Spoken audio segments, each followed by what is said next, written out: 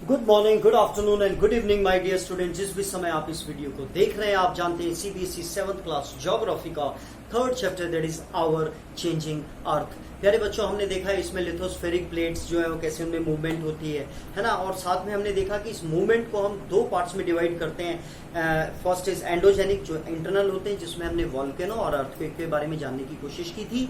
और दूसरी जो है एक्सोजेनिक, एक्सोजेनिक यानी जो बाहर की तरफ हो रहे हैं और उसके कारण जो लैंड फॉर्म्स बन रहे हैं। तो अब जो हमारा टॉपिक है, बिकॉज ऑफ दोज रीजंस, और इसके एन नंबर ऑफ रीजंस हो सकते हैं 7th में आपकी, क्योंकि अभी बेस बनाना है बिल्कुल, तो इस वजह से बहुत लिमिटेड, ताकि आपको एक कॉन्सेप्ट समझ में आ जाए, उसको ध्यान में रखते हुए उनके बारे में हमने डिफरेंट लैंड फॉर्म्स उनके कारण जो बनती है उसको हम समझेंगे। अब लैंड फॉर्म क्या है, एक बार आप इसको समझ लो। लैंड फॉर्म मतलब जैसे आइलैंड को हम आइलैंड बोलते हैं, हमने अपनी सुविधा के लिए, ताकि हम इसको समझ सकें कि मैं आइलैंड बोल रहा हूं, तो अमेरिका में बैठा हुआ भी कोई आइलैंड सुन रहा है तो उसको समझ में आ जाए कि आइलैंड हम किसको बोल रहे हैं। तो एक यूनिफॉर्म जो नाम दिया गया है लैंड की फॉर्म को, उसको बोला जाता है लैंड फॉर्म। तो आज की इसमें हम वीडियो में देखेंगे कि ये जो लैंडस्केप यानी कि जो भी हम एक एरिया देख रहे हैं ना, जो हम भूमि का दृश्य देख रहे हैं, दृश्य भूमि देख रहे हैं, तो वो क्या है, वो समय के साथ में, क्योंकि इतने समय से चीजें, हवाएं, पानी, बरसात, आंधी, तूफान, सर्दी, गर्मी पड़ रही है, तो उसके कारण उनकी जो शेप में चेंज होकर, है ना, शेप में जो चेंज होता है उस चीज को हम देखेंगे। और उसकी जो शेप में चेंज होता है प्यारे बच्चों, वो दो रीजन की वजह से होता है। वन इज वेदरिंग को अभी मैं आपको समझाता हूँ। Second one is erosion. Weathering क्या होता है प्यारे बच्चों, जैसे एक रॉक का टुकड़ा है, मैं आपको, आपके बुक में भी है और मैं आपको, ताकि आप इजीली समझ सकें, रॉक का टुकड़ा, उसके ऊपर जो है कभी सर्दी, गर्मी, बरसात कुछ होके, तो breaking away of the rock on the earth surface. अब अर्थ सरफेस की बात करें, क्योंकि हम एक्सोजेनिक फीचर्स की बात कर रहे हैं कि उनके लैंडफॉर्म, तो ऑन दी अर्थ पे जो भी रॉक है, बिकॉज ऑफ वेदरिंग में क्या होता है कि उनकी ब्रेकिंग अवे होता है, यानी कि उनके मतलब टूटना होता है। और दूसरी क्या चीज होती है, दैट इज इरोजन। और इरोजन आपको पता है प्यारे बच्चों कि अगर यहाँ पर मैंने एक मिट्टी रखी हुई है, जस्ट समझाने के लिए, हवा के कारण भी वो मिट्टी उड़ के दूसरी जगह कुछ हिस्सा उसका जा सकता है। पानी का अगर मैं ग्लास यहाँ से डाल रहा हूं, तो यहाँ से वो पानी के साथ में बह के आगे निकल जाएगा। तो यानी कि जहां से वो मैं पानी जो पहले था, जो मिट्टी थी, वो जहां से गई है, तो इस प्रोसेस को बोलते हैं जाने को इरोजन। और जहां जाकर वो डिपॉजिट हो गई है, इस प्रोसेस को बोला जाता है डिपोजिशन। ठीक है प्यारे बच्चों, तो अब हम देखेंगे कि मतलब जो इरोजन्स की वजह, जैसे मैंने बताया कि वाटर की वजह से, एयर की वजह से, ऐसी सी वेव्स को हम देखेंगे, और साथ में आइस के कारण जो भी ये फॉर्म्स चेंज होती हैं, है ना। तो इरोजन और वेदरिंग, तो हमने इसको दो, और उसके कारण जो चेंजेस होते हैं और जो लैंड फॉर्म्स बनते हैं, उनको हम किस नाम से जानते हैं। अब हम देखते हैं आपकी बुक क्या कहती है प्यारे बच्चों। ये स्टार्टिंग में मेजर लैंड फॉर्म्स यानी कि इंपॉर्टेंट मेनली जो है उनको हम देख रहे हैं। द लैंडस्केप यानी वही जो भी हिस्सा हम देख रहे हैं उसको हम बोलते हैं लैंडस्केप, है ना, जो हमें दिख रहा है। Is being continuously worn away by two process. वो वॉर्न अवे होता है, इसका ब्रेक अवे होता है कहीं ना कहीं दो प्रोसेस की वजह से। One is weathering and erosion. Weathering is the breaking up of rocks on the surface.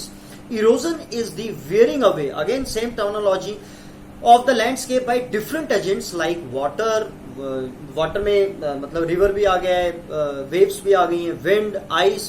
The eroded material is carried away or transported, है ना, carried away or transported by water, wind, etc. The eventually deposited, और वो कहीं जाके deposit होते हैं. This process of erosion and deposition create different land forms. अब इसके कारण, अब यहां से इधर गया तो इसको कुछ कहेंगे, इसको कुछ कहेंगे, तो इसके कारण जो है जो लैंड फॉर्म्स बनते हैं ऑफ द सरफेस, उसमें हम पहला जो देख रहे हैं with the help of river, यानी कि वर्क ऑफ अ रिवर। अब हम वर्क ऑफ रिवर में देखेंगे प्यारे बच्चों, कई ऐसी टर्मिनोलॉजी है जो आपको अभी से समझ लेनी चाहिए, क्योंकि 6th और 7th की जो ज्योग्राफी है वो कहीं ना कहीं बेस बनाती है आपका 8th, 9th, 10th में, है ना। तो जब आप 10th में पहुंचेंगे तो आपको बहुत सारी चीजें ऑलरेडी क्लियर होंगी। और ये चीज मैं आपको इसलिए बोल रहा हूं कि अभी आप इस पे ध्यान दें, क्योंकि 10th क्लास के बच्चों को, इवन जो ग्रेजुएशन में भी हो जाते हैं, जिनके साथ मेरी इंटरेक्शन होती है, उनको ये बेसिक चीजें मतलब नहीं ध्यान में मतलब रही, या फिर उनको इस तरीके से वो समझे नहीं, या उनको समझा नहीं पाए, तो उसके एन नंबर ऑफ रीजंस हो सकते हैं। लेकिन ये टर्मिनोलॉजी आपको प्यारे बच्चों समझनी है ना। रिवर, जिससे हम पानी पी रहे हैं, हमको इतना कुछ मतलब हमारा जीवन ही उस पर निर्भर है, तो उसकी हम थोड़ा सा, उसके कारण जो लैंड फॉर्म्स बनते हैं उसको हम समझेंगे, और वो हमें रिटेन रखने थ्रू आउट लाइफ, है ना। तो बिकॉज हम अपनी इस धरती पे रह रहे हैं, तो मतलब हमें ये चीजें पता होनी चाहिए। तो just to know the things you have to listen and understand the concept. तो हम देखेंगे वर्क ऑफ रिवर में। अब पहले मैं आपको इसकी वो बता देता हूँ कि इसमें होता क्या क्या है प्रोसेस, जो आपको ऑलरेडी पता भी है कि पहाड़ों से ही निकलती है और फिर वो जाके बड़े समुद्र में जाके मिल जाती है। तो जहां से नदी की शुरुआत होती है प्यारे बच्चों, उस शुरुआत वाली जगह को बोला जाता है सोर्स, राइट। तो यानी कि अगर आपसे पूछा जाए what is source of a river, तो अगर आपसे गंगा का पूछा जाए तो गंगोत्री से निकलती है वो, या आपसे इंडस रिवर या सिंधु नदी का पूछा जाए तो मानसरोवर लेक से वो निकलती है। तो वो उसका क्या है, सोर्स। और लास्ट में जाके जहां पे वो मिलती है एक बड़े समुद्र से, है ना। सारी नदियां कहीं ना कहीं जाके अपने से बड़े, जैसे हमारी जितनी भी जो हिमालय से निकलने वाली रिवर्स हैं वो सारी जाके कहां पे मिलती है, बे ऑफ बंगाल में। तो ये जो यानी कि Bay of Bengal is the mouth of Himalayan rivers. समझ में आया, सोर्स समझ में आ गया होगा और माउथ समझ में आ गया होगा। प्यारे बच्चों, इसको हम ड्राइंग के तहत भी समझने की कोशिश करेंगे, यानी कि आपको सोर्स और माउथ क्लियर हो गए। अब आप ध्यान से यहाँ पे एक कॉन्सेप्ट को सुनेंगे, फिर हम बुक में देखेंगे क्या कहते हैं। सोर्स और माउथ के बाद आप देखेंगे, मान लो कि यहाँ से ये नदी निकल रही है ना, मान लो ये नदी यहाँ से निकल रही है, मैं एक माउंटेन यहाँ से निकली, तो या ये सोर्स हो गया, और यहाँ जाके जिस बड़े समुद्र से मिल रही है वो क्या हो गया, उसका माउथ हो गया। तो जो नदी होती है प्यारे बच्चों, ध्यान रखना, बहुत कम ऐसी मतलब 99% रिवर्स दूसरा जो होता है दैट इज एस्चुरीज होता है, वो मैं अभी आपको नहीं समझाऊंगा क्योंकि उसमें थोड़ा टाइम लगेगा और अभी आपको समझने की जरूरत नहीं है फिलहाल। तो ये रिवर जो है जब अपने सोर्स से निकली, तो जब अपने ये माउथ में मिलने वाली होती है, तो उससे पहले क्या होता है कि इसमें से बहुत सारी स्ट्रीम्स निकल जाती है ना। तो ये जो मेन रिवर है ये कई टुकड़ों में बट जाती है। तो ये जो डिफरेंट इसके जो डिस्ट्रीब्यूट हो गई है ये रिवर, तो इसको बोलते हैं डिस्ट्रीब्यूटरी, ठीक है। तो यानी कि आपने क्या समझा कि जो रिवर है ये पूरी यहाँ से सिंगल है, यहाँ पर आके क्या है, अलग अलग स्ट्रीम्स में बट गई है, तो इनको क्या बोलते हैं, डिस्ट्रीब्यूटरी। इसी तरीके से प्यारे बच्चों, जैसे आपको पता है गंगा जो नदी है उसमें यमुना नदी आकर मिल जाती है, और भी सोन कई सारी नदियां आकर गंगा नदी में मिलती हैं। तो जो आकर मेन नदी में मिल रही है तो वो उसकी क्या होगी, ट्रिब्यूटरी, यानी कि वो अपना जल भी उस नदी के जल में मिला रही है, ट्रिब्यूट कर रही है, तो उसको बोलते हैं ट्रिब्यूटरी, यानी कि जो मिला रही है दैट इज ट्रिब्यूटरी, और जो एक ही नदी से अलग अलग स्ट्रीम्स निकल रही है उसको क्या बोलते हैं, डिस्ट्रीब्यूटरी। ये दो कॉन्सेप्ट आई थिंक आपको समझ में आ गए होंगे। अब तीसरी चीज आप जो समझेंगे प्यारे बच्चों, कि जब भी नदी, देखो जब वो पहाड़ों से निकल रही है, जब अपने सोर्स से जब वो निकलती है तो उस समय वो जवान होती है ना, बहुत तेजी से चलती है, एकदम मस्ती में चलती है, पहाड़ों को चीरते हुए, उफनते हुए। लेकिन जब वो प्लेन एरिया में आती है तो कहीं ना कहीं वो शांत हो जाती है, और जब वो अपने माउथ के पास पहुंचती है प्यारे बच्चों, तो वहां जाकर वो बिल्कुल ही स्थिर हो जाती है, बहुत एकदम से, मतलब जितना भी, यानी कि आप देखो, आप जो पहाड़ों से जब ये नदी आ रही है, जिस भी रास्ते से आ रही है, जो उसका बेड है, तो साथ साथ में अपने साथ मिट्टी के कण भी लेके आ रही है, सेडिमेंट्स लेके आ रही है, क्लिट्स लेके आ रही है, तो वो सारी चीजें भी कहीं ना कहीं वो उसके साथ में यहाँ पे तेजी से आगे बढ़ रहे हैं। और जब उसका माउथ आता है प्यारे बच्चों, तो जब, क्योंकि वो उसकी स्पीड जो है अब स्लो हो गई है, क्योंकि ढलान उसको ज्यादा मिल नहीं रही है, तो स्लो हो गई है और अपने माउथ से मिलने जा रही है, तो वहां पर आके क्या होता है, एक तो ये इस शेप में डिस्ट्रीब्यूट हो जाती है। क्यों? क्योंकि इसके साथ जो भी मटेरियल आया कहीं ना कहीं, क्योंकि इसकी स्पीड कम होगी तो यही आके वो डिपॉजिट हो रही है, तो धीरे धीरे जब वो डिपॉजिट होती है तो वो वाला एरिया बड़ा हो जाता है, और इस वजह से नदी जो है वो उसको बीच में से मतलब उसको बीच में रखती है, उसके साइड में से निकल जाती है। क्योंकि पानी का ये बेटा एक फंडामेंटल है कि जहां पे ढलान होती है वो वहीं पे जाता है, तो वही खुद ही क्रिएट करती है काइंड ऑफ जो मिट्टियों के जो डिपॉजिट्स अपने साथ लेके आती है, उसके कारण वो एक वहां पे ऊंचाई हो जाती है, जिसके कारण उसके दो टुकड़े हो जाते हैं ना, तो वो डिस्ट्रीब्यूटरी हो जाती है। तो ये वाला जो प्रोसेस आप देखोगे, ये हमेशा जब सोर्स से चलने के बाद जब अपने माउथ पे आके जब वो मिलती है, यानी कि जब बहुत स्लो हो जाती है, तो वहां पे एक ये डेल्टा बनाती है, ट्रायंगल शेप का। आप देखेंगे ट्रायंगल बन रहा है ना। तो ये जो डेल्टा होता है, यहाँ पे सारा का सारा जो भी वो सामान अपने साथ लेके आई है पूरे, उसमें वो डिपॉजिट कर देती है ना। इसके कारण वो स्ट्रीम्स भी बन जाती है, और वो वाला जो डेल्टा वाला एरिया होता है प्यारे बच्चों, बहुत ही फर्टाइल होता है ना, क्योंकि उसके पास जितने भी वो फर्टाइल सॉइल के वो एलिमेंट्स जो लेके आई है वो सारे आके उसने वहां पे डिपॉजिट कर दिए। तो यहाँ पर हम जो है डेल्टा को, आई होप आपको समझ में आ गया होगा कि ये हमेशा जो माउथ होता है वहां पर ये क्रिएट होता है, और ये ट्रायंगल की शेप में होता है, और यहाँ पर आके नदी जो है कई टुकड़ों में बढ़ जाती है, जिसको हम क्या बोलते हैं, डिस्ट्रीब्यूटरी। और जब नदी आके दूसरी नदी में मिल जाती है तो उसको क्या बोलते हैं, ट्रिब्यूटरी, राइट। अब हम सॉरी डेल्टा मैंने आप 2 बार लिख दिया यहाँ पे, तो यस ठीक है, तो डेल्टा समझ में आ गया, ट्रिब्यूटरी एंड डिस्ट्रीब्यूटरी। अब हम देखते हैं पहले हम देखते हैं व्हाट इज फ्लड प्लेन। अब जैसा मैंने आपको बताया कि जब नदी निकली अपने यहां से, सोर्स से जब निकल रही है, यहां से जब वो सोर्स है, ये दिस इज सोर्स, यहां से वो निकल रही है तो बहुत तेजी में, फिर वो स्लो हो जाती है, फिर वो कहीं जाके और स्लो होते होते होते होते होते होते यहां जाके मिल जाती है अपने माउथ में जाके, ठीक है। तो अब क्या होता है कि आपको जैसे पता है बिहार में, बंगाल में हमेशा लगभग बाढ़ आती रहती है मेरे बच्चों। अब ये जो बाढ़ आती है इसके कारण क्या होता है कि जो पानी है वो आसपास के एरियो तक पहुंच जाता है, एक एरिया तक, ठीक है, क्योंकि बाढ़ आएगी तो अपने साथ, मतलब आप देखते हैं शहर का शहर डूब जाता है। तो जब वो बाढ़ आ रही है प्लेन्स में, है ना, तो वहां पर जो अपने साथ, क्योंकि आप देखो जो चीज वो डेल्टा में डिपॉजिट कर रही है वही चीज कहीं ना कहीं उसके पास यहाँ पे भी है। जब वो फ्लड के तौर पे बाहर निकल रही है, नेबरिंग जो एरिया उसको फ्लड कर देती है, तो नेबरिंग जो भी एरिया है वहां पे, इसका मतलब साथ में वो फर्टाइल भी कर रही है वहां की लैंड को, है ना। तो यानी कि जो भी सेडिमेंट्स उसके साथ हैं वो भी यहाँ पे कहीं ना कहीं डिपॉजिट हो रहे हैं, जो पहले सीधा जाके डेल्टा में डिपॉजिट होते थे। आई होप आपको समझ में आया होगा प्यारे बच्चे। तो ये जो है, ये वाला जो एरिया है इसको बोलते हैं फ्लड प्लेन, और ये बड़ा फर्टाइल होता है, फ्लड प्लेन, ठीक है। तो यानी कि जहां पे फ्लड के कारण जो प्लेन में जहां पे फर्टाइल सॉइल आती है उसको क्या बोलते हैं, फ्लड प्लेन्स, राइट। तो अब जब आप फ्लड प्लेन्स को आप समझ गए प्यारे बच्चों, यानी कि अब आप देखेंगे कि पानी जो है ज्यादा से ज्यादा यहां तक गया है, राइट। एक तो चीज ये, और दूसरा जब भी रिवर आप देखेंगे उसके आसपास ऊंचा एरिया होता है, यानी कि यहाँ पे पक्की सड़क कुछ ऐसा बनाते हैं ताकि यहाँ से चलते रहे। तो इस वाले जो होलो वाला जो प्रोसेस है, नदी आप देख रहे हैं ना, वो मतलब जमीन से नीचे ही वो मतलब बहती है, उसका स्तर नीचे होता है जो जमीन होती है ना, और उसके ऊपर वो ऊपर जाके फिर दोबारा से मतलब ऊंचाई पे आ जाती है, तो तटबंध बन जाते हैं कहीं ना कहीं, है ना, यानी कि जो पानी को बांधा हुआ है उन्होंने ऊंचाई ने, तो वो जो होता है उसको बोलते हैं लेविस। क्या बोलते हैं उसको, लेविस। और दूसरी चीज आप लेविस को कैसे समझ सकते हैं कि यहां तक ये गया है, तो यानी कि ये वाला हिस्सा जो है ऊंचा था, ये वाला हिस्सा जो है एज कम्पेयर टू दिस, जितना फोर्स से आ सकती थी, अगर ये भी ढलान में होता तो यहां तक भी जा सकता था, और फिर यहां पे आके वो क्या हो जाता, ऊंचा हो जाता, तो वहां पे स्टॉप हो जाता। तो ये वाला जो चीज है इसको बोलते हैं लेविस। तो आपको फ्लड प्लेन समझ में आ गया, आपको लेविस समझ में आ गया, ठीक है। यानी कि जो पानी को रोकता है, यानी वो एम्बैंकमेंट से भी आप इसको अभी के लिए समझ सकते हैं। एम्बैंकमेंट करते हैं ना, जो नदी है उसके आसपास आप देखा होगा कि उसको पत्थरों से बांध देते हैं, हम उसका एक बांध बना देते हैं ना, उसके साथ में हम उसको एज अ ट्रांसपोर्ट भी यूज कर सकते हैं, जो साथ वाली ऊंचाई वाली हिस्सा है।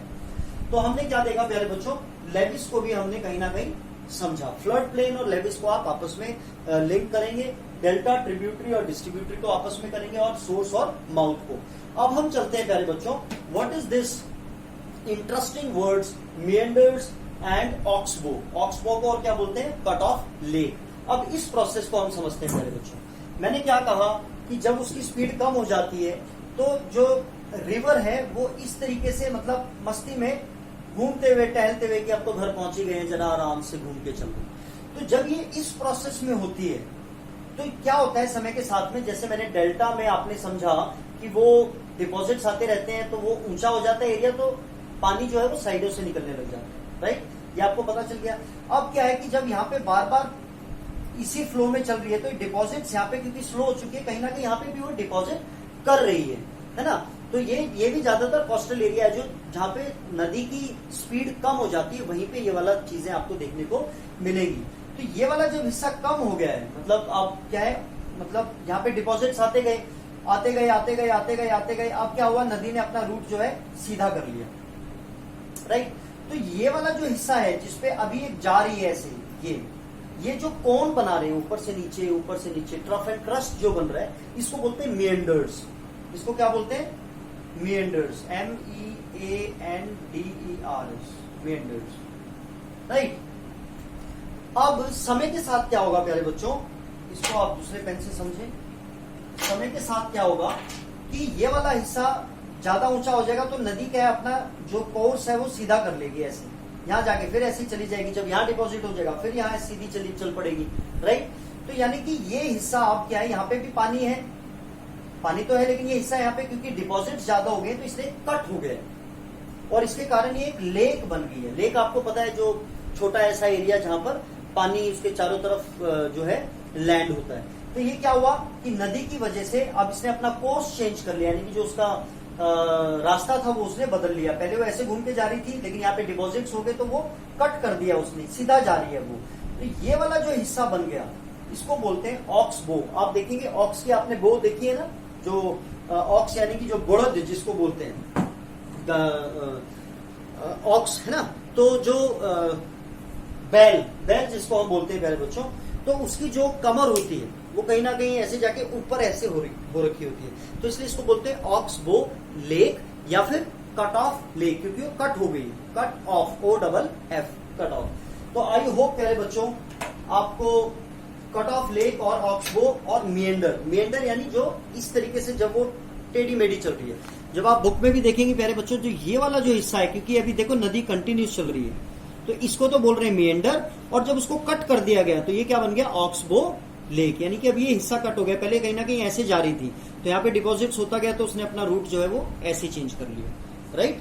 तो I hope my dear sons and daughters कि आपको ये टर्मिनोलॉजी जो है समझ में आ गई होगी, that what is this cut off lake और ऑक्स बो एंड मिएंडर्स। अब हम देखते हैं प्यारे बच्चों आपकी बुक क्या कहती है, इसमें हम ज्यादा वो नहीं करेंगे, कोई चीज स्किप नहीं होनी चाहिए। That's why work of a river, the running water in the river erodes the landscape when the river tumbles at steep, ऊपर से नीचे जब steep angle or very hard rocks or down a steep valley side it forms a waterfall, right।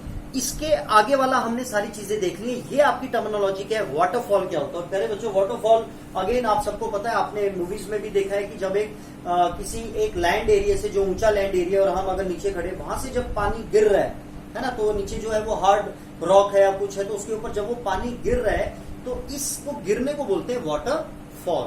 और waterfall में प्यारे बच्चों आपको क्या याद रखना है, 3 चीजें आपको याद रखनी है अभी से जो आपकी बुक में भी दी हुई है, it's very interesting and we should know also, है ना। और इसके साथ में हम कुछ कंट्रीज को भी, उनकी लोकेशन को समझने की कोशिश करेंगे। प्यारे बच्चों इसमें आपको 3 वाटरफॉल्स का नाम याद रखना है। सबसे पहले आपको याद रखना है दैट इज एंजल, है ना, एंजल यानी परी। तो एंजल जो वाटरफॉल है ये सबसे ऊंचा वाटरफॉल है, यानी जितने ऊंचे से, सबसे ऊंचाई से जो वाटरफॉल गिरता है दैट इज एंजल। और ये जो एंजल वाटरफॉल है प्यारे बच्चों, ये साउथ अमेरिका जो कॉन्टिनेंट है उसके वेनेजुएला एक कंट्री है जिसकी कैपिटल है काराकस। आप देखेंगे उसकी लोकेशन, आपने चाइल्ड तो समझ में आ गया होगा आपको, जहां पे अर्थक्वेक सबसे भयंकर आया अभी तक। तो यहां पर जब आप नॉर्थ में देखेंगे दिस इज वेनेजुएला, इसकी कैपिटल है काराकस। तो यहां पर जो है दुनिया का सबसे बड़ा ऊंचा वाटरफॉल है। प्यारे बच्चों वेनेजुएला को आप सिर्फ एक, वेनेजुएला उसकी कैपिटल, जो भी मैं आपको कंट्रीज बता रहा हूं उनकी कैपिटल के साथ में आपको कॉपी में लिखना है। तो वेनेजुएला के बारे में एक तो आपको चीज ये पता चल गई कि दुनिया का सबसे ऊंचा एंजल जो वाटरफॉल है वो वहां पर है। दूसरी चीज आपको जो आपको पता होनी चाहिए प्यारे बच्चों कि जो गल्फ कंट्रीज है, ऐसा माना जाता है कि जो पेट्रोलियम है वो सबसे ज्यादा गल्फ कंट्रीज से आता है। गल्फ कंट्रीज इनको बोलते हैं प्यारे बच्चों, ये जो यहाँ पे कंट्रीज हैं इनको बोलते हैं गल्फ कंट्रीज। 8 कंट्रीज हैं, कभी मैं आपको इसके ऊपर सेपरेट वीडियो बनाऊंगा। लेकिन पेट्रोलियम के मामले में अगर किसी एक individual countries including this Venezuela और भी कंट्रीज में आते हैं, लेकिन ज्यादातर पेट्रोलियम जो है गल्फ कंट्रीज से, या फिर अगर इंडिविजुअल कंट्री की बात करें तो सबसे ज्यादा पेट्रोलियम जो दुनिया को मिलता है वो इसी कंट्री से मिलता है, दैट इज वेनेजुएला, जिसकी कैपिटल है काराकस। तो आई होप आपको ये समझ में आ गया होगा, उसकी लोकेशन समझ में आ गई होगी, कैपिटल, और इसके बारे में 2 चीजें आपको लर्न करनी है। एक तो पेट्रोलियम सबसे ज्यादा होता है, राइट, और दूसरा यहाँ पर सबसे ऊंचा वाटरफॉल है। दूसरा आप देखेंगे प्यारे बच्चों, सेकंड नंबर पे जो वाटरफॉल है दैट इज नियाग्रा। और नियाग्रा काफी फेमस है, आपने इसका नाम भी सुना होगा प्यारे बच्चों। ये जैसे हमने अभी साउथ अमेरिका कॉन्टिनेंट में देखा, ये नॉर्थ अमेरिका कॉन्टिनेंट की जो बड़ी कंट्रीज है that is Canada and USA. मैं इसकी लोकेशन भी आपको दिखाना चाहता हूं प्यारे बच्चों। आप देख रहे हैं this is whole North America, this is Canada, this is USA. तो यहां पर ये ग्रेट लेक्स है, इसके बारे में भी आप देखोगे, बहुत ही इंटरेस्टिंग ये टॉपिक है, ये कैसे डिवाइड हुई थी इनकी ये सारी चीजें, आप स्ट्रेट लाइन देख रहे हैं। तो यहां पर ये नियाग्रा फॉल है, ठीक है। तो ये किस किस की बाउंड्री के बिटवीन है, यूएसए और कनाडा, इनके बीच में यहाँ पर वो नियाग्रा फॉल है। तो आपको नियाग्रा फॉल की लोकेशन, और कनाडा की कैपिटल क्या है, ओटावा, एंड यूएसए की वॉशिंगटन डीसी, और डीसी का फुल फॉर्म होता है डिस्ट्रिक्ट ऑफ कोलंबिया। ये पूरा आपको याद रखना है, Washington DC, Washington District of Columbia. तो इनकी कैपिटल हो गई। तीसरा जो आपको याद रखना है प्यारे बच्चों, that is about the Victoria waterfall. Victoria waterfall को प्यारे बच्चों द स्मोक दैट थंडर्स। अब वाटरफॉल जब भी होता है आप समझ सकते हैं कि वाटरफॉल जब होगा तो उसके ऊपर धुआं सा है ना, ऊपर से नीचे कर रहा है, तो वो मतलब कहीं ना कहीं फॉग सा बन जाता है, स्मोक सा बन जाता है। दैट थंडर्स यानी कि जब वो गिरता है तो उसकी आवाज से जो थंडरनेस आती है ना, जो आवाज गड़गड़ाहट की आवाज आती है, तो इसका जो दूसरा नाम है उसको बोलते हैं, जो आपकी बुक में नहीं है, आपको याद रखना है, द स्मोक दैट थंडर्स। अब प्यारे बच्चों, ब्रिटेन यानी कि जो वहां की क्वीन है, जैसे अभी एलिजाबेथ है, तो पहले विक्टोरिया वहां पे क्वीन होती थी, और अफ्रीका के ऊपर क्या, लगभग पूरी दुनिया के ऊपर ही इंग्लैंड ने अपना कब्जा किया है, भारत भी उन्हीं का ही गुलाम रहा है लगभग 190 साल। तो उसके सम्मान में जो वहां की उस समय क्वीन थी, उसका नाम था विक्टोरिया, इस वजह से इसको बोलते हैं विक्टोरिया। और अफ्रीका कॉन्टिनेंट को बहुत लंबे समय तक लूटा है यूरोपियन देशों ने, उसमें से ब्रिटेन भी एक बहुत बड़ा देश है। तो ये जो विक्टोरिया वाटरफॉल है, ये कौन सी दो कंट्रीज के बीच में, जाम्बिया एंड जिम्बाब्वे, ये अफ्रीका में आ जाते हैं। हम पहले साउथ अमेरिका में गए, फिर नॉर्थ अमेरिका में गए, अब हम कहां गए, अफ्रीका में। और अफ्रीका में जब आप यहां देखेंगे, this is Zambia, right, and this is Zimbabwe. Zambia की कैपिटल है लुसाका, और जिम्बाब्वे की हरारे। ये किसने हरा रंग डाला, हरारे, जिम्बाब्वे हरारे। बार बार आप बोलेंगे और आपको ये याद होनी चाहिए प्यारे बच्चों। I will ask you when we will have a class on Google Meet. तो ये चीज आप देखेंगे प्यारे बच्चों कि आपने देखा कि वाटरफॉल में हमने 3 देखी। सबसे पहले एंजल जो वेनेजुएला में है, पेट्रोलियम सबसे ज्यादा, जिसकी कैपिटल काराकस है। फिर हमने देखा कि जो कनाडा और यूएसए की जो दोनों के बाउंड्री को शेयर करती है, दैट इज नियाग्रा वाटरफॉल। और तीसरा हमने देखा जिम्बाब्वे और हरारे यानी अफ्रीका में जब हमने देखा तो उनके साथ वो बाउंड्री शेयर करते हैं, दैट इज विक्टोरिया वाटरफॉल।